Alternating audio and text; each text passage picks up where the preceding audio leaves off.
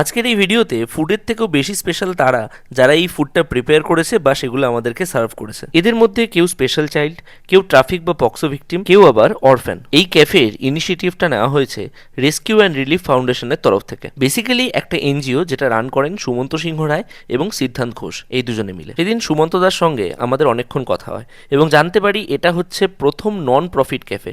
তার কারণ এখান থেকে যা আর্নিং হয় তার পুরোটাই স্পেন্ড করা হয় এই বাচ্চাদের স্যালারি এবং তাদের ডেভেলপমেন্টের জন্য। এবার দেখো, সবসময় হয়তো আমাদের পক্ষে পসিবল হয় না কিছু ডোনেট করা, বাট বাইরে খাওয়া দাওয়া করতে কিন্তু কম বেশি আমরা সবাই যাই। সো নেক্সট টাইম যখন একটা আউটিং প্ল্যান করব, আমাদের ডেস্টিনেশন কিন্তু এই ক্যাফেটা হতেই পারে। এবং ওখানে গিয়ে এই বাচ্চাগুলোর সাথে কিছুটা সময় কাটালে যতটা ভালো তোমাদের লাগবে তার থেকে কয়েক গুণ বেশি ভালো ওদের লাগবে, বিশ্বাস করো। কারণ ওদের কাছে এই ক্যাফেটাই সব। সবচেয়ে বড় কথা, খাবারগুলোও কিন্তু দুর্দান্ত ছিল। ভিডিওটা কেমন লাগলো কমেন্টে জানিও। যদিও বাংলায় ফুড ব্লগ মানে তো দিদি দাদাদের হোটেল আর বিরিয়ানি। দমদম স্টেশন থেকে নাগের বাজারের দিকে মিনিট 10 হাঁটলেই বাদিকে পড়বে এই ক্যাফে।